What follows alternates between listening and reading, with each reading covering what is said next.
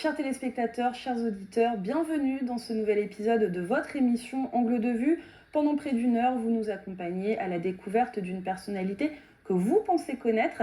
Et pour mener cet échange à mes côtés, Mélinda Boulet, rédactrice en chef de France Antilles, et Kathleen Bilascopette, rédactrice en chef de RCI. Cette émission est bien sûr à retrouver sur nos 3 médias.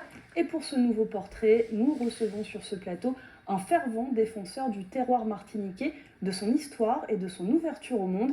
Michel Fayad, merci d'avoir accepté notre invitation. Merci de m'avoir reçu. De l'habitation Roche-Carré au Lamentin, au champ de Cannes du Nord, vous menez une vie dédiée à la reconnaissance de votre île et de son patrimoine. Mais avant de revenir sur près de 40 ans d'action, Mélinda Boulet va croquer votre portrait. Bienvenue Michel Fayad. Merci beaucoup. Vous êtes le père du spiritourisme. Vous avez vu le jour sur une habitation à Roche-Carré au Lamentin en 1956. Votre mère, indienne de Basse-Pointe, était agricultrice. Votre père, syro-libanais, un commerçant de la rue François Arago à Fort-de-France. Vous êtes issu d'une fratrie de 2 garçons, vous êtes le dernier. Vous faites vos classes à Fort-de-France à Périnon, votre collège au Terre-Saint-Ville. Vous passez votre bac ensuite à l'IME. Vous rêvez de devenir psychologue, mais vous obtenez une très bonne note en histoire au bac et vous intégrez la première promotion de l'UFR Lettres et Sciences Humaines du campus de Schellcher, option Histoire-Géographie. Là, vous rencontrez des professeurs qui vont vous apprendre l'histoire des Antilles, de la Caraïbe, ce qui vous passionne terriblement. Après votre service militaire en Guyane, vous passez le concours de l'école normale et vous devenez professeur durant 3 ans. Ce n'est pas votre tasse de thé, vous y restez, puis vous préparez un BTS tourisme avec l'envie d'entreprendre. Vous êtes un jeune homme avenant qui a le contact facile, qui a envie de voler de ses propres ailes. Vous avez envie d'ouvrir une agence de voyage, mais c'est une structure touristique, de restauration, que vous allez ouvrir à la rue Ernest Desproges, sur le bord de mer à Fort-de-France, le drugstore de la Galerie. Vous avez des idées plein la tête, vous lancez des concepts novateurs ou défilés de mode, expositions de peinture et piano-bar avec Francisco notamment prennent vie dans votre restaurant. Nous sommes dans les années 80, votre restaurant est le lieu à la mode et tous les jeunes de l'époque y vont. Vous vous faites un nom dans le milieu, mais vous êtes un fin commercial et vous ne laissez pas échapper l'opportunité de vendre votre immeuble à la Redoute Catalogue qui va s'y installer en 1992. Pas le temps pour vous de vous ennuyer, vous êtes recruté par un chasseur de tête qui vous propose de manager le musée du rhum de la distillerie Saint-James à Sainte-Marie. Là, nous sommes en 93, vous ne connaissez pas le secteur, vous ne buvez même pas de rhum et en arrivant sur site, vous vous sentez comme chez vous. L'atmosphère patrimoniale, les voies ferrées et surtout ces ouvriers qui vous accueillent à bras ouverts et qui vous donnent envie de faire de cette distillerie un lieu touristique et culturel. Mais à l'époque, le rhum n'est pas vu comme un alcool noble, mais plutôt comme l'alcool de la détresse, du gros poil, ces bagailles viennegues. Votre mère vous dira même « Moi, pas vous à l'école pour y vendre rhum à dans débit la régie Sainte-Marie, mais personne dans votre entourage n'a compris ce que vous alliez faire là. » Mais vous sentez que tout est à faire, qu'il faut faire vivre et raconter cette histoire du rhum, de la plantation, de l'usine, des voies ferrées, à travers les yeux de ceux qui font vivre chaque jour cette distillerie. C'est une plus-value pour le tourisme en Martinique. Alors vous mettez en place au sein du site des manifestations culturelles, vous décidez de raconter aux touristes et à la population martiniquaise l'histoire du petit train, de l'usine, de ces hommes qui y consacrent leur vie. Vous alertez les médias dans votre quête, vous créez avec le concours d'Henri Mangatal et Édouard-Jacques Gustave une galerie d'art contemporain, l'espace France Antilles Magazine, et c'est la toute première galerie d'art dans une distillerie. Vous redonnez les lettres de noblesse à la fête du rhum, vous foncez, guidé par votre envie de faire rayonner la distillerie et le nord de l'île. Dans le milieu, on vous observe, sceptique, mais vous croyez en votre produit. Vous allez chercher les tours opérateurs pour faire venir les touristes à Saint-James en leur proposant de venir y prendre un digestif après la visite de la plantation Les Rites. Vous savez convaincre les guides et les chauffeurs de bus qui vous amènent leur carte de touriste. Quand ils viennent vous leur raconter l'histoire du rhum, ça plaît, une nouvelle forme de tourisme voit le jour. Vous réhabilitez le petit train de la distillerie en allant frapper à toutes les portes pour trouver le financement. Vous êtes un homme déterminé qui ne lâchez jamais rien, infatigable, jamais en manque d'idées. En 2012, la direction du groupe La Martiniquaise, propriétaire des rhums Saint-James et des Pazes, fait appel à vous pour rénover le château des Pazes. Vous y lancez les premières de la mode. Vous y faites revenir la manifestation Madiflora. Vous prenez aussi la tête du groupement de tourisme de croisière. En 2019, votre direction vous sollicite pour la réhabilitation de l'habitation La Salle à Sainte-Marie, dont vous prenez la direction en 2022. Finalement, en côtoyant ces hommes et ces femmes des usines dont vous valorisez les parcours et les compétences, vous avez le sentiment du devoir accompli, mieux comme si vous les avez aidés à être fiers de leur histoire, de leur savoir-faire, vous qui rêviez d'histoire, d'anthropologie à travers votre expérience au service du Nord et de la Martinique, vous vous épanouissez pleinement. Vous avez été marié, vous êtes père de 2 enfants à qui vous avez aussi transmis cette fibre entrepreneuriale. Vous êtes grand-père. Ce que l'on sait moins de vous, c'est que vous consignez tout, que vous êtes un salsero, que vous êtes un amoureux des voyages dans la Caraïbe. Vous êtes un fan de Francisco, Eugène Mona, Cassave et Dédé Saint-Prix. 30 ans que vous œuvrez dans le milieu du rhum, de la culture, de l'histoire, du patrimoine. On ne compte plus vos distinctions et récompenses. La dernière en date, celle de chevalier de l'Ordre national du mérite. Alors Michel, vous n'avez pas vu le temps passer, on l'imagine. Et si tout était à refaire, le referiez-vous? Certainement. Certainement. C'est vrai que 2019 a mis une espèce de coup près à la dynamique que nous avions mis en place depuis un certain nombre d'années. Et c'est à ce moment-là que j'ai vu que mon avenir était quand même derrière moi, hein, une grande partie de mon avenir en tout cas. Et c'est vrai qu'aujourd'hui, bon, il faut repartir de plus belle et c'est ça que nous essayons de faire d'ailleurs avec la nouvelle habitation La Salle qu'on m'a confiée la destinée en fait. On va parler de votre enfance sur l'habitation Rochecarré-au-Lamentin. Comment s'est-elle passée? Bien. Bien, on est né à Rochecarré dans une campagne dévastée par l'alcool, hein, vous voyez, déjà à l'époque. Mais l'alcool à cette époque-là, c'était la déchéance, c'était la tristesse, c'était la mort, c'était les chagrins d'amour et c'était les veillées, les enterrements. Mais quand il y avait un mariage, et ça, je l'ai compris après, hein, cette dimension-là, quand il y avait un mariage, un baptême, une fête, une cérémonie, on retrouvait tous les alcools importés, au même bas de gamme, si vous voulez, mais le rhum était complètement absent. Et c'est quand je suis arrivé d'ailleurs, et même moi, quand j'étais jeune, dans une boîte de nuit ou dans une cérémonie, je n'avais jamais trouvé de rhum. Et c'est quand je suis retourné au musée du rhum et que j'ai vu que des touristes arrivaient un petit peu surpris avec une image du rhum qui évoquait le voyage, les boucaniers, les pirates, les corsaires, enfin, qui représentaient véritablement leur image du voyage et qu'en face, on avait des gens que je comprenais, puisque j'étais né dans ce monde-là, qui pour eux se demandaient, mais qu'est-ce qu'ils viennent chercher là? Le rhum, c'est quand même pas un produit de luxe. C'est quand même un produit de mort, un produit de déchéance, un produit de souffrance, un produit pour les alcooliques, vous voyez ce que je veux dire? Que j'ai bien compris qu'il y avait un décalage, vous voyez, qu'il y avait un décalage. Et après, bon, bien sûr, avec mes études d'histoire et un petit peu de psychologie, j'ai bien compris que tous les éléments de la culture martiniquaise dans lequel j'ai évolué, c'était des éléments de dénigrement. Le créole n'était pas reconnu, le tinel-en-mori ou le jolpolius n'était pas reconnu comme plat, si vous voulez, le tambour c'était à bannir, etc. Et quel que soit, et la canne, on ne nous avait jamais appris la canne. Moi, j'ai appris les champs de blé quand j'étais à l'école. Vous voyez, les vendanges, on vendangeait par famille. Il y avait chez nous le jour de la grand-mère, celui de l'oncle, celui par le nôtre. C'est des choses qu'on a appris par cœur. Broc, il fait froid, glace d'hiver. Voilà un petit peu ce qu'on nous apprenait. Et c'est vrai que, bon, je me suis dit que quelque part, il y avait quelque chose à faire.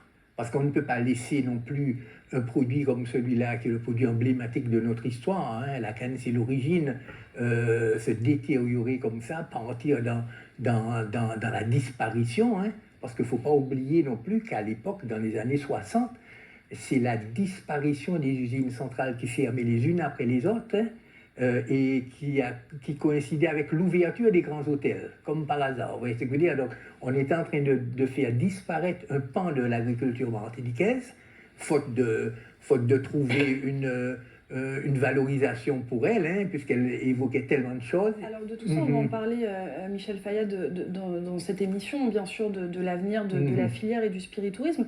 Mais pour revenir justement sur votre enfance, ce ne sont pas des discussions autour de la table à cette époque-là. Est-ce que dans votre famille, on parle de tout ça, ou est-ce que justement c'est vraiment quelque chose qui est banni, tout ce pan culturel et historique? Oui, c'est-à-dire que en fait, à la campagne, on ne vivait pas en famille, on vivait en petite communauté, si vous voulez. Et dans la communauté des voisins, amis et alliés, comme on dit souvent, ben, il y avait des alcooliques que j'ai vus. Et j'ai entendu des mères dire heureusement, c'est pour qu'Adam Rome y tombé, c'est-à-dire, ça veut dire qu'il est encore, on peut encore le sauver parce qu'il boit, il est encore au niveau du vin ou du vermouth ou des trucs comme ça, même s'il est déjà un petit peu parti, hein, je veux dire. Et puis, il y a des chansons qui disaient ça, les Obrehum, c'est dans Canal ou Kadomi, c'est dans Dalo prend sommeil. Donc, tous ces éléments-là sont revenus petit à petit et j'ai bien compris que effectivement, le rhum avait besoin d'être réhabilité, enfin, avait besoin d'être revalorisé, tout simplement. Dans cette campagne-là même, hein, je vous parlais. Je vous propose, Michel, de regarder cette photo. D'accord.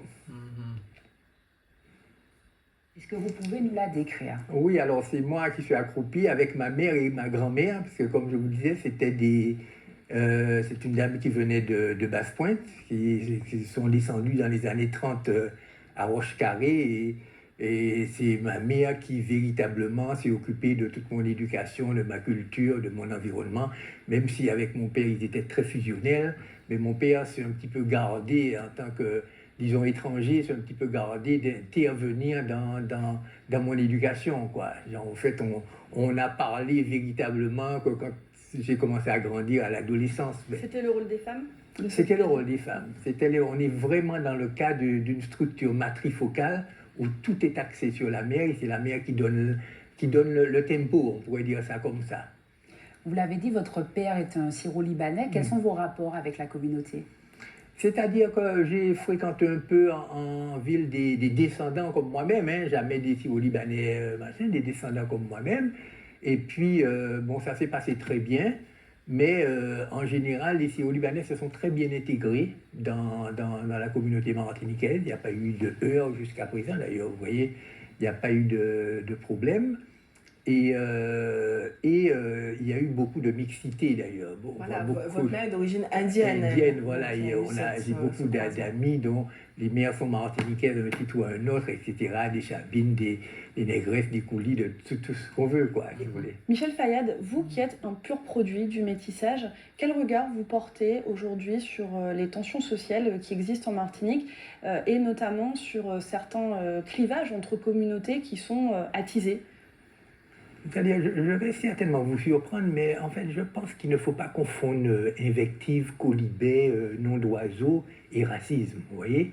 Le racisme commence quand il y a de la condescendance, quand il y a du mépris, quand il y a un sentiment de supériorité, et quelquefois, déjà, rien qu'un regard peut être raciste alors qu'un nom d'oiseau ne l'est pas. Vous voyez ce que je veux dire?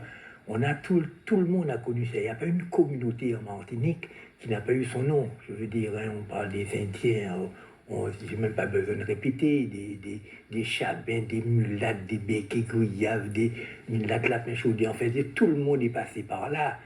Et je pense que là, c'était aussi une réponse au dénigrement qu'a s'en fait. J'ai entendu déjà, jusqu'à présent, on entend des gens à Sainte-Marie, pur descendants, afro-descendants, qui disent « Monsieur Noé, qu'on déjoue sur le café Noé ». Donc, on ne peut pas dire que c'est du racisme, on peut dire simplement que c'est une façon qu'on a eue de s'invectiver ou de se défendre par rapport à l'autre, vous voyez ce que je veux dire.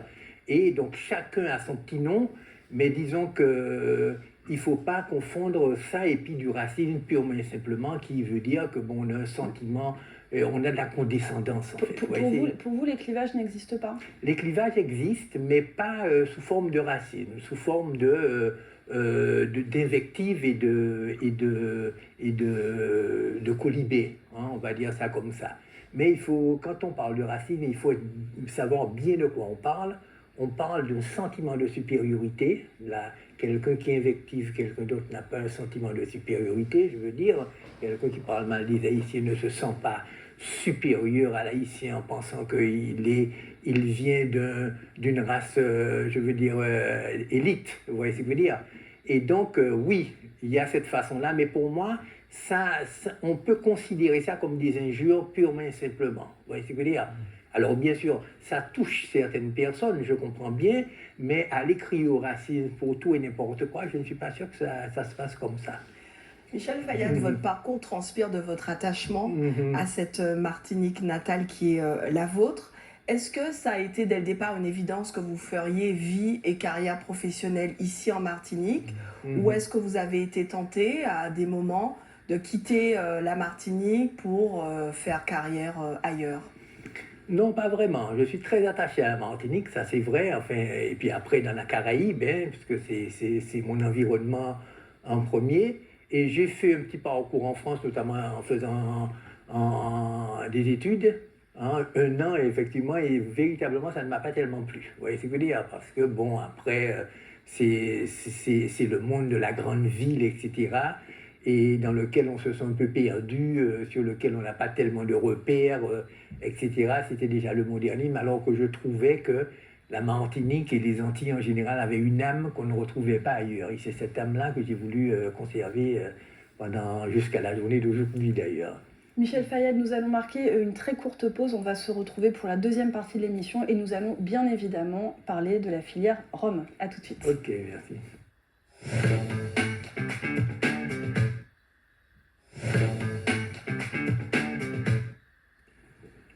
De retour dans votre émission Angle de Vue avec notre invité Michel Fayad, l'un des fondateurs du spiritourisme en Martinique.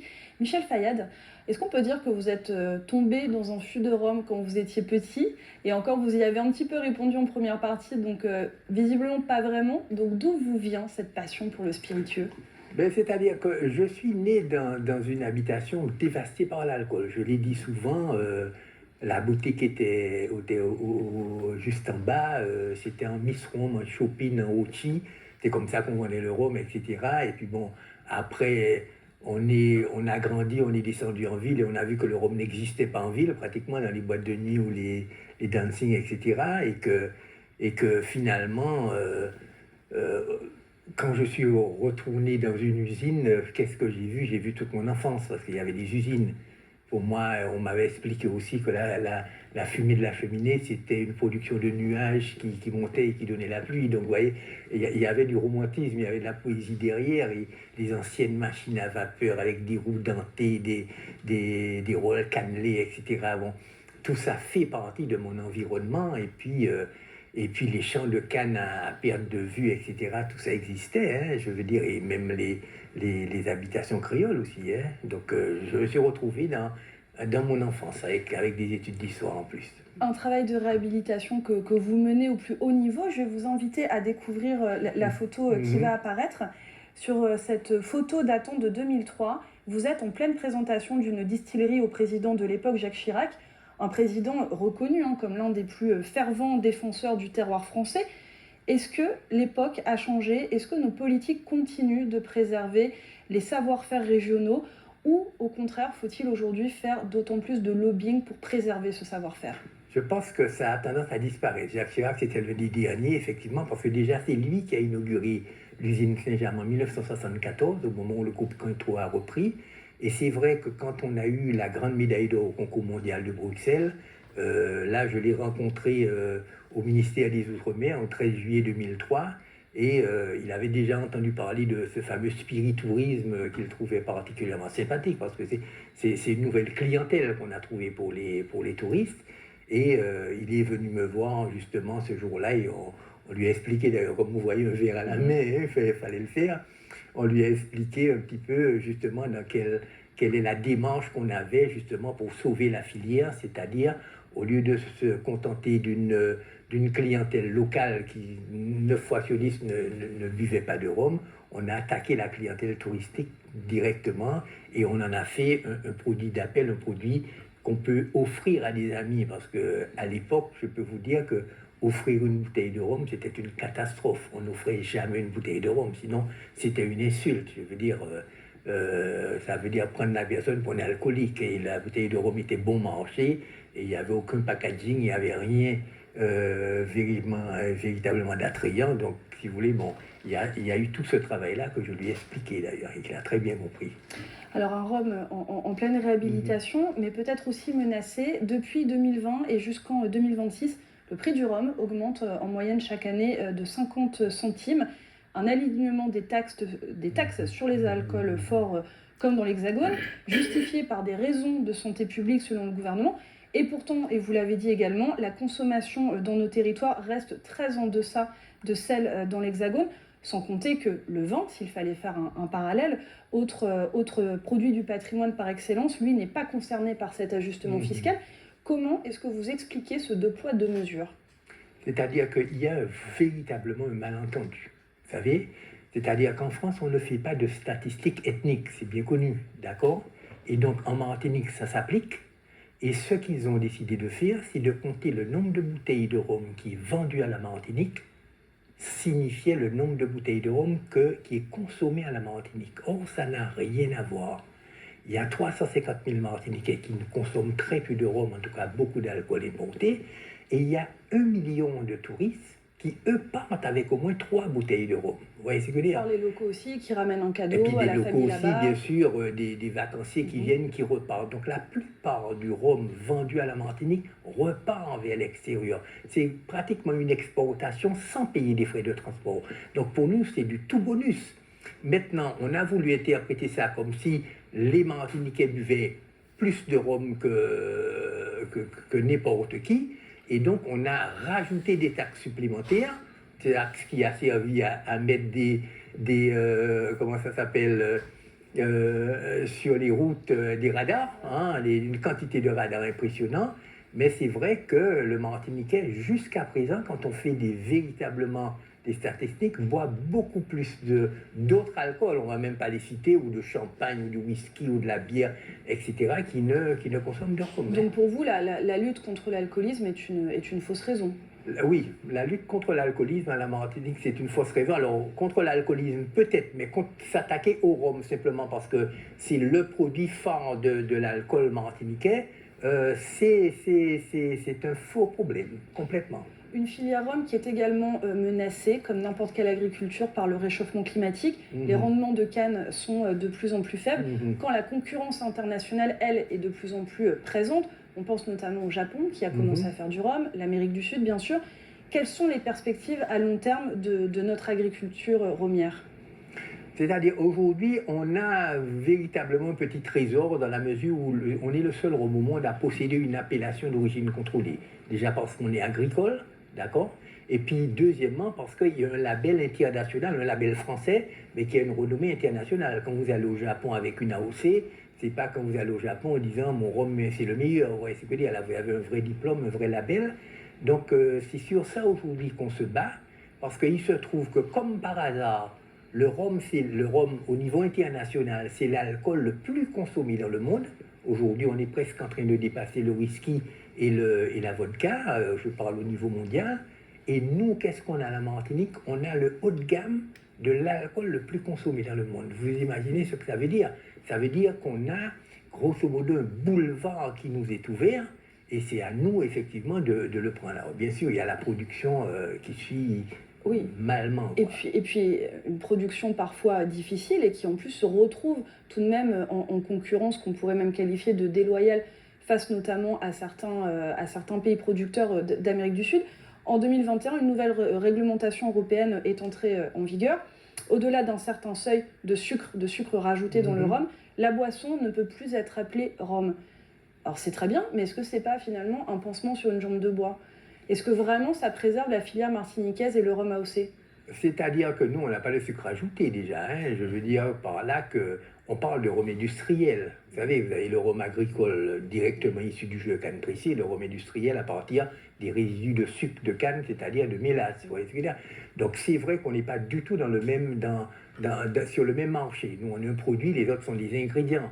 C'est avec les autres qu'on fait des pina coladas, des cocktails, des grogs, des bananes flambées. Nous, on le boit directement comme un produit haut de gamme, comme un cognac ou un armagnac en vieux et comme un petit punch en blanc. Donc, si vous voulez, c'est vrai que avec la flambée du rhum au niveau international, on commence à voir toutes sortes de dérives. Vous voyez ce que je veux dire? Pour vous me donner un exemple, les rhums martiniquais sont en procès avec des rhums vénézuéliens, par exemple. Vous voyez ce que je veux dire? Parce que des fois, ils marquent Martinique dessus, ou Martinica parce qu'il y a une petite île au large du Venezuela qui s'appelle Martinique. Vous voyez ce que je veux dire? Au lieu de marquer AOC, ils marquent AOX ou un truc comme ça, qui peut faire semblant d'être une appellation d'origine contrôlée. Donc on est aujourd'hui avec des contrefaçons, véritablement, quoi, face à des contrefaçons. Michel, dites-moi, où en sommes-nous du développement du bio? Le bio a commencé à la Martinique, hein, nous-mêmes nous faisons du rhum bio. Je pense que toutes les distilleries font du rhum bio. Alors on est en toute petite quantité pour le moment, mais ça va aller crescendo certainement. Et on voit que Naisson, Saint-James, je crois HSE aujourd'hui commence à faire du rhum bio. Et on est pour le moment dans un petit côté niche de produits, quoi, vous voyez. Mais à côté du rhum bio, bon, on a tout un panel, puisqu'on fait des récoltes tardives, on fait des bouttes de colonne, on fait des bouttes de fût, on fait des XO, en fait, on a tout un panel aujourd'hui qu'on n'avait pas avant d'ailleurs, avant la dimension touristique, tout un panel aujourd'hui de rhum, justement, qu'on veut développer, mais de rhum haut de gamme, parce qu'entre-temps, on a changé le packaging, ça c'est très important. Et ce rhum bio pourrait vous permettre de conquérir de nouveaux marchés. Quelles sont d'ailleurs les perspectives de nouveaux marchés autres que la France hexagonale et l'Europe? C'est-à-dire déjà, le rhum Saint-James même a un marché qui est énorme, c'est le marché africain. On est en train de faire des recherches dessus, mais le rhum Saint-James est rentré sur disons, l'Afrique francophone comme produit natif natal, quoi. Je veux dire, on utilise ce rhum-là pour la dot des mariés, on l'utilise pour le vaudou, etc. Donc, certainement des administrateurs martiniquais qui ont évolué en Afrique ont apporté ce rhum-là, c'est devenu une tradition. Et puis aujourd'hui, on est quand même vendu dans une centaine de pays dans le monde, hein. Je vais vous dire très honnêtement, ce n'est pas le marché qui nous manque, c'est surtout la quantité de production de rhum qui nous manque aujourd'hui. La production de canne, bien sûr, aujourd'hui, je peux vous dire très honnêtement qu'il nous manque de la canne pour faire le rhum qu'on aurait pu vendre. Combien, dans quelle proportion tout ce marché qu'on n'arrive pas à servir? Très honnêtement, il nous faudrait encore au moins 40% de cannes supplémentaires pour pouvoir répondre aux besoins aujourd'hui. Les terrains existent? Alors, les terrains, il faut d'abord les classer. Alors, c'est ça la difficulté. Les terrains, on ne peut pas prendre n'importe quel terrain et puis dire on fait du rhum. Il faut d'abord que ces terrains-là soient classés à appellation d'origine contrôlée. Parce que l'appellation d'origine contrôlée, c'est une aire géographique. Hein. C'est pas simplement un produit qu'on a élaboré. Donc, les terres doivent être classées AOC. Et ça, il faut d'abord demander une permission à l'INAO, etc., l'Institut national, qui généralement le donne. Mais bon, le problème, c'est qu'aujourd'hui, disons, la banane emploie beaucoup plus de monde que la canne. Et qu'à ce niveau-là, ceux qui veulent préserver des emplois préfèrent encore continuer dans la banane que se mettre à la canne, alors que la canne est plus rentable. Alors justement, vous abordez la filière banane. On a tendance souvent à mettre en concurrence aussi les deux filières, avec notamment l'attribution de subventions qui seraient plus importantes pour la banane que pour la filière canne, sucre, rhum. Quelle est votre position dessus? Est-ce qu'aujourd'hui vous estimez que c'est une filière qui est suffisamment bien supportée par les pouvoirs publics ou qu'on pourrait faire mieux? La filière canne sucre rhum, oui, certainement, on pourrait faire mieux, ça c'est sûr.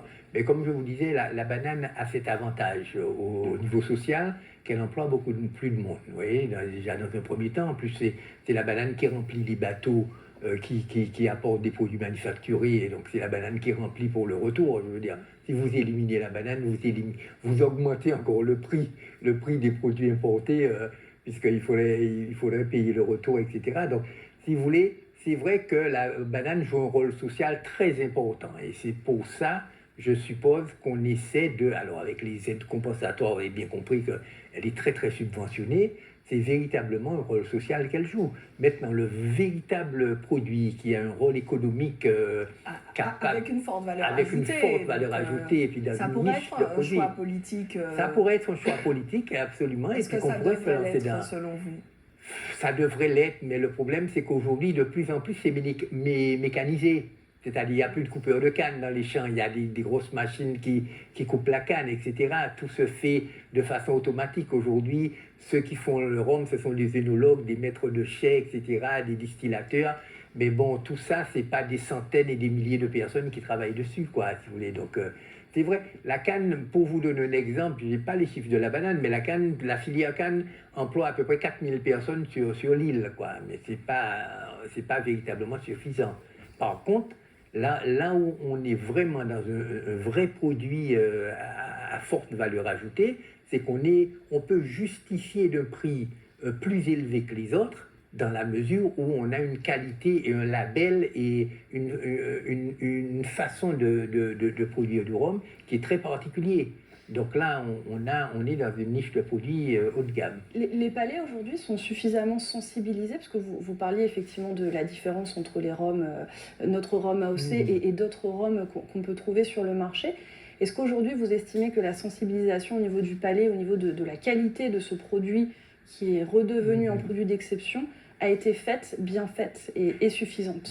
C'est-à-dire ça se fait au niveau déjà national. On voit déjà des gens des œnologues qui forment justement, il y a des concours de barman, etc. Et c'est vrai qu'à l'époque, on avait l'impression que un rhum c'est un rhum, quoi. Je veux dire, c'est comme je disais, c'est un ingrédient, c'était pas un produit. Et aujourd'hui, on voit effectivement se former petit à petit avec des journaux, etc., spécialisés, comme Rhum Porter, etc. On voit se spécialiser des produits qui sont de plus en plus haut de gamme. Surtout que, pour se différencier des autres, c'est vrai que le rhum évoque autre chose que la vodka ou le whisky. Le rhum, c'est, comme je le disais, c'est la Caraïbe, c'est les grands larges, c'est les flibustiers, c'est les boucaniers. Ça fait partie, si vous voulez, de l'imaginaire touristique des Européens. Donc, quelque part, on peut jouer sur cette image-là. Tandis que, quand on parle de vodka, on n'a rien à raconter sur la vodka, sinon que ça vient d'Ukraine ou de Russie, etc., et que c'est fait à base de blé, quoi, je veux dire. Les grands groupes de spiritueux s'intéressent à notre rhum depuis des décennies. Il y a certaines distilleries qui ont été rachetées par certains grands groupes. C'est le cas de St. James notamment. Et puis il y a aussi des distilleries gérées par des groupes familiaux. Est-ce qu'il y a de la place pour tout le monde? Est-ce qu'à l'intérieur du territoire, les distilleries se mènent elles aussi une concurrence farouche? Oui, c'est-à-dire en Martinique, il y a 3 grands groupes. Un groupe italien, Campari, qui possède la Moni, Trois-Rivières et Duquesne, on pourrait dire ça. Il y a un groupe français, la Martiniquaise, qui possède Saint-James, Dillon et Depas, auquel j'appartiens. Et puis il y a un groupe martiniquais, qui est le groupe GBH, qui possède Clément et puis celui de Basse-Pointe, là, JM, vous voyez. Et puis à côté, il y a quelques, comme Madame Nesson ou La Favorite, etc. Ou Hardy, voilà. Il y a quelques. Il faut dire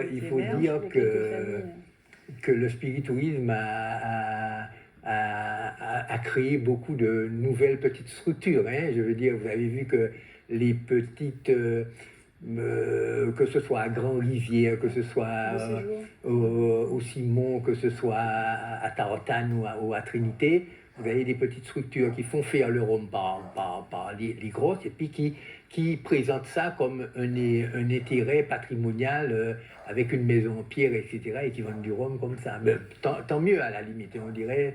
C'est le gage, c'est la rançon de la gloire. Alors justement, on va continuer à parler rhum et plus particulièrement spiritourisme dans la 3e et dernière partie de cette émission. Michel Fayad, on se retrouve tout de suite.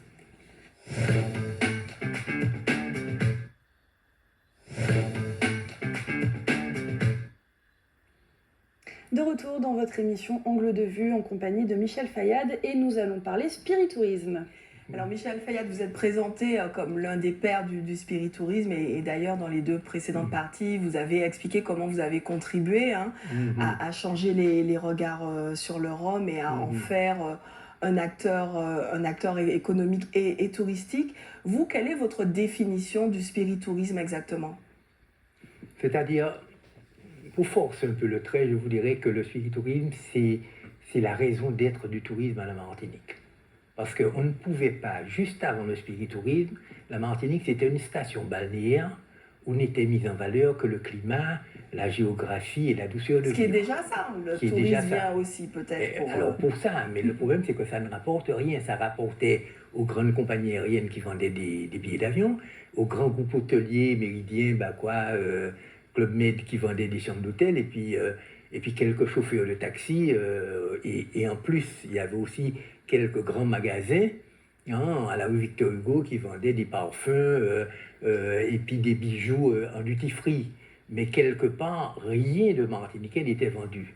Et quand on a mis le rhum, alors bien sûr, le rhum à l'époque n'était pas bien vu, donc on marchait. Quand on a mis le rhum comme un produit touristique à part entière, du coup, on a mis l'homme martiniquais avec sa culture, avec son patrimoine, avec son histoire et avec son produit régional au cœur même de la politique touristique martiniquaise. Et ça, c'est véritablement une politique touristique cohérente où tout le monde trouve son compte. Vous voyez, à un certain moment, n'oubliez pas qu'on a failli faire du all inclusive dans les hôtels, tellement la Martinique n'intéressait personne autre que le climat. Et le climat, on le trouve dans l'hôtel et la plage aussi. Donc aujourd'hui, quand on voit qu'il y a des touristes qui viennent par centaines et par milliers visiter, par exemple, il y a 800 000 visiteurs hein, dans les différentes distilleries de l'île, on se dit, mais quelque part, mais ils découvrent la population martiniquaise, ils découvrent une histoire, ils découvrent un patrimoine, et les anciennes maisons en pierre, etc. On a fait revivre un train, une histoire ferroviaire, des petites locomotives qui allaient chercher la canne qui revivaient. Ils goûtent une culture, ils goûtent un produit régional, et du coup, le Martiniquais, en plus celui qui travaille à l'usine, se trouve en train d'expliquer son savoir-faire. Alors, son savoir-faire, c'est pas rien en plus. Hein. Justement, on va voir cette photo où on vous voit à l'œuvre, voilà, ici à Saint-James, face à des touristes. Est-ce que vous pouvez nous décrire un petit peu cette photo, ce qu'elle vous inspire? Oui, ça c'est bon. Pendant très longtemps, c'est moi qui recevais les touristes pour leur expliquer donc déjà la différence entre rhum agricole et rhum industriel. Et puis en plus, il ne faut pas oublier que ces touristes-là, ce n'est pas des Parisiens, hein. C'est ceux qui viennent visiter la distillerie. Ce sont les Bordelais, ce sont les Bourguignons, ce sont les gens des Côtes-du-Rhône, etc. Donc des régions viticoles de France et qui ont une culture justement viticole à ce niveau-là et qui sont passionnés par cette histoire de rhum. Parce que le rhum, ce n'est pas simplement des vieilles machines dont on avait honte à l'époque. Derrière la vieille machine, il y a du recyclage de déchets, il y a de l'économie d'énergie et il y a des énergies renouvelables. Donc du coup, on est en pointe en matière de développement futuriste. Quoi. Alors, on l'a dit, hein, vous êtes un passionné d'histoire, donc à Sainte-Marie, il y a le musée du Rhum. Il a fallu écrire, alors on parle aujourd'hui de storytelling, scénographie, il a fallu écrire toute une histoire à raconter justement dans le cadre de cette démarche de spiritourisme. Absolument. Il fallait raconter des histoires. Et on a vu que quelque part, les ouvriers qu'on pensait être un peu des robots à l'usine, généralement, ils travaillaient là parce qu'ils n'avaient rien trouvé d'autre à faire, mais ils avaient une culture à montrer, ils avaient une histoire à raconter, ils avaient un produit à vendre, et quand on leur posait, on leur disait pas « garçon, un punch », on leur disait « tiens, mais vous faites du recyclage de déchets, à quel taux d'humidité la bagasse rentre dans la chaudière ?» Ils savaient à quel nombre de bars il faut pour faire monter la pression, il faut démarrer. Ils savaient, quand on leur demandait est-ce que vous avez des cépages, ils connaissaient Malavoie, BH, Maframé, Kendedad, Pimpilette. Enfin, il y avait tout cet univers culturel agricole qui était derrière et que tout le monde considérait comme rien du tout et qu'aujourd'hui, on voit bien que quelque part, il y a une vraie culture derrière tout ça. Et côté producteur, est-ce que ça a été difficile, compliqué de les convaincre d'ouvrir les distilleries au grand public? C'est-à-dire que, oui, automatiquement... Un industriel, oui, mais vous savez, quand on ne leur propose pas d'ouvrir, on leur dit simplement qu'il y a une nouvelle clientèle qui arrive, qui veut acheter du rhum, et que cette clientèle-là, ils ne se contentent pas simplement d'acheter du rhum, mais ils vont nous servir de vecteurs de communication en retournant chez eux. Parce qu'ils vont parler de ce rhum house qu'ils ont vu, ils vont parler de ces méthodes modernes de recyclage de déchets qu'ils ont vues, ils vont parler du rhum justement agricole, etc. Ils vont le présenter à leurs amis et ils vont rester des années à être fidèles parce que quand ils sont en vacances comme ça, ils sont réceptifs. Tout ce que vous leur expliquez, ils l'intègrent véritablement puisqu'ils sont vraiment, ils ont l'esprit ouvert, quoi. Et puis en plus, je veux dire par là que ce spiritourisme-là a réconcilié les Martiniquais avec leur histoire. Justement, j'y viens, puisqu'on a parlé du produit, de ses qualités de spiritueux. Faire découvrir ce pan du terroir aux touristes et aux étrangers, c'est une chose. Mais comment on intègre dans une approche touristique la dimension historique douloureuse de l'esclavage, qui est elle aussi fondamentalement liée à l'histoire du Rhum et des habitations? par un projet. Je vais vous dire très honnêtement, il y a certains qui ont fait des rapprochements, qui ont tenté de faire des rapprochements. On se souvient de l'association Toute Créole, par exemple. Je prends cet exemple-là, dont on fait des livres en communauté avec Dorinal et Steve Gadet, par exemple. Tout ça, il y a des éléments comme ça. Mais quand vous faites des rapprochements de ce type-là, vous n'allez convaincre que ceux qui sont déjà convaincus. Vous voyez ce que je veux dire? Celui qui rentre dans une association, qui achète un livre, c'est quelqu'un qui est déjà quelque part prédestiné à être convaincu de ce phénomène-là. Vous voyez, tandis que là, nous avons monté un projet commun. Un projet où tout un chacun, toutes les communautés apportent leur part d'humanité, je veux dire par là. C'est-à-dire, vous avez les Blancs créoles qui ont apporté l'usine, qui ont apporté la maison, centrale à la maison en pierre, les petites vierges, etc., et les voies ferrées. Et puis nous, qu'est-ce qu'on a fait rentrer dedans par le phénomène du tourisme? Parce que le tourisme, il ne suffit pas de leur montrer du rhum, tout simplement. Il fallait mettre aussi de l'attractivité dans le territoire, vous voyez? Et donc l'attractivité, le Bel-Air, la Sauterre, les grandes fêtes du rhum, les grands défilés de mode, etc., les fêtes de fin de récolte, les galeries d'art, tout ça qu'on a créé, c'était aussi de faire le patrimoine immatériel s'installer dans le patrimoine matériel, vous voyez? Et c'est ça aujourd'hui qui fait que finalement, il n'y a pas de tension dans les distilleries. Oui, mais aujourd'hui, pardon, je vous coupe, mais aujourd'hui, vous avez encore des Martiniquais qui refusent de fouler le sol de certaines habitations en mémoire de leurs ancêtres esclaves. Qu'est-ce que vous répondez à ces Martiniquais-là? Ben, je leur réponds que de toute façon, on ne peut pas barrer d'un coup de trait une histoire, puisque nous-mêmes, nous sommes sortis de cette histoire-là. Donc la culture martiniquaise est directement liée à l'esclavage. Le conte, la Sauterre, le Bel-Air, la Biguine, la Magossa, tous ces éléments-là sont les fruits de cette histoire commune-là. Vous voyez ce que je veux dire? Donc aujourd'hui... mais l'habitation a un héritage beaucoup plus lourd, puisque c'est terre de souffrance, l'esclavage de douleur dans les champs de canne, en tout cas dans... Absolument, mais cette habitation-là peut être remaniée, parce que derrière, il ne faut pas oublier que derrière cette histoire-là, il y a aussi un attachement, je veux dire, quand je vois les gens de Sainte-Marie aujourd'hui me parler de l'usine, ouais, c'est là que ma grand-mère, mon oncle, ma mamie, ma tati travaillaient, etc. Quand nous, on a monté le chemin de fer, par exemple, il y a des gens qui sont venus installer directement des traverses et des voies ferrées avec nous, je veux dire, parce qu'il y a un attachement quand même, mine de rien, en dehors de la souffrance, disons, alors, pas vécu, mais enfin bon, raconté, je veux dire, si vous voulez. Et voilà, il y a un attachement quand même, il faut faire attention, parce que quelle que soit la douleur qu'on a subie, si vous voulez, si demain le rhum ou la canne disparaissait, bon, ce serait la perte de l'origine, quelque part, vous voyez ce que je veux dire? Et ça peut être très, très compliqué à vivre aussi.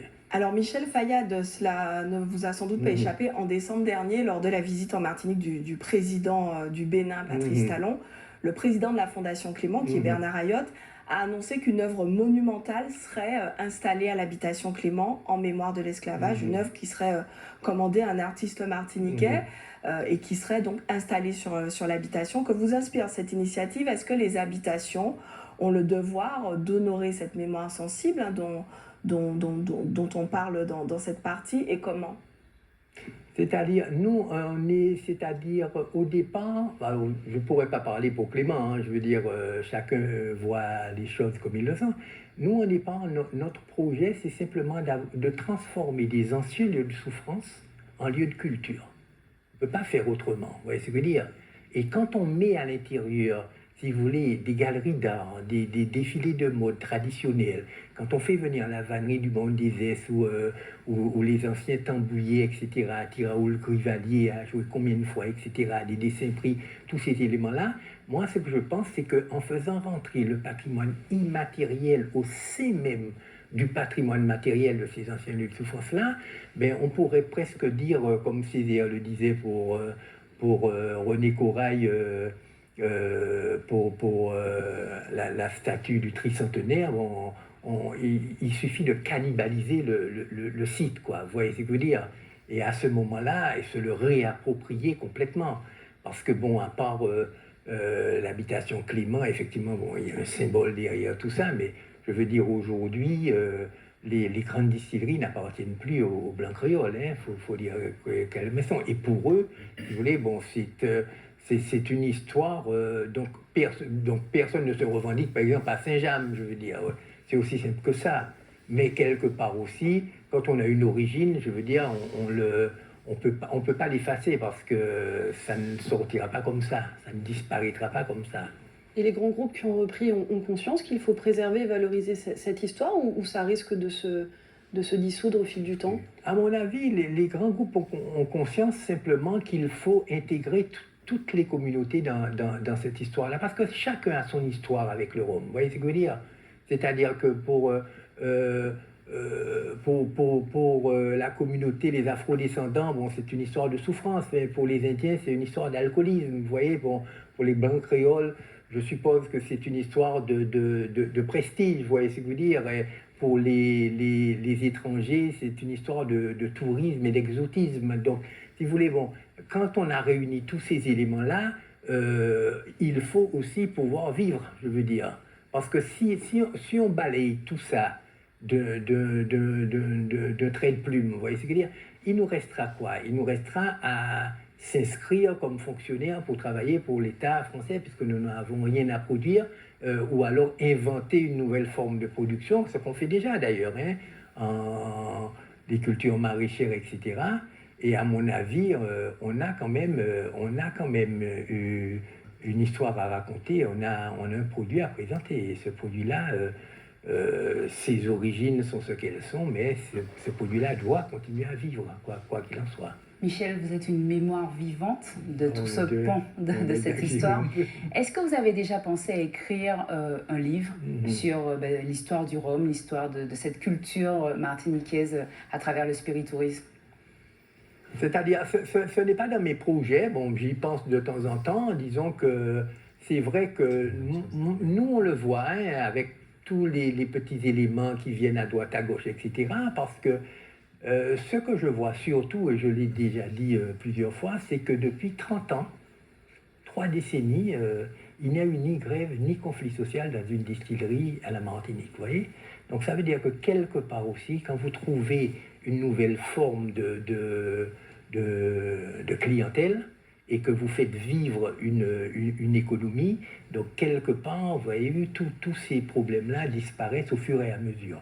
Alors, maintenant, il y a plein de choses à écrire, mais vous savez, dans des trucs comme ça, il faut faire toujours très attention à ce qu'on déjà écrit. tout, puisque vous avez un site internet qui Alors pose. oui, ça c'est un petit peu pour la mémoire, puisque comme je dis, ce qu'on a surtout fait, c'est qu'on a redonné au rhum ses lettres de noblesse, notamment avec le packaging, avec une nouvelle clientèle et avec de nouveaux débouchés. Mais bon, reste à savoir maintenant ce que ça va devenir. Mais je pense très honnêtement qu'il y a un avenir là. Ouais. Il faut qu'on précise aussi que vous avez repris l'habitation La Salle il y a un certain temps déjà. Il y a un projet particulier autour de cette habitation? Oui, l'habitation La Salle, c'est les anciennes sucreries de l'époque qui fonctionnaient avec des moulins à bœufs à vent ou bien à aube, si vous voulez, qui ont disparu avec l'arrivée des machines à vapeur et la bagasse comme combustible. Donc, quelque part, ils ont disparu. Nous, maintenant, on veut le réhabiliter parce que, en fait, ce qui nous intéresse, c'est de faire découvrir l'arrière-pays martiniquais. Vous voyez, on ne peut pas se contenter non plus. Toujours pareil, si on élimine tous ces éléments-là, il nous restera quoi? D'aller vendre du sable, du rocher du diamant, c'est-à-dire tout ce qui n'est pas monnayable et de la douceur de vivre, c'est-à-dire des trucs complètement irréels, vous voyez ce que je veux dire? Tandis qu'en développant l'arrière-pays martiniquais, avec ses usines, ses voies ferrées, ses petits moulins à eau, à aube, etc., ses chaudières et j'en passe, à ce moment-là, on a une véritable histoire, parce qu'il faut raconter l'histoire aujourd'hui. Vous savez, ce qui caractérise un pays aujourd'hui, surtout avec la mondialisation au niveau international où tout le monde s'habille pareil, mange pareil, se maquille pareil, etc. Et parle presque pareil. Bon, ce qui attire aujourd'hui un touriste, c'est justement la particularité d'une destination. Et la particularité d'une destination, c'est sa culture, c'est pas sa nature. La nature, en général, elle se ressemble toujours dans son environnement. Et ce sera le mot de la fin, malheureusement, Michel Fayad. Nous sommes déjà obligés de conclure cette émission. Mais en tout cas, merci à vous d'avoir accepté notre invitation et d'avoir partagé avec nous un peu de votre extrême dévotion pour cette île. Merci à vous, chers téléspectateurs et chers auditeurs, de nous avoir accompagnés pour cette 4e émission Angle de Vue. Une émission à retrouver sur les ondes, dans les colonnes de votre quotidien et en ligne sur nos 3 médias via atv.tv, rci.fm et franceantilles.fr. On se retrouve dès la semaine prochaine pour un nouveau portrait.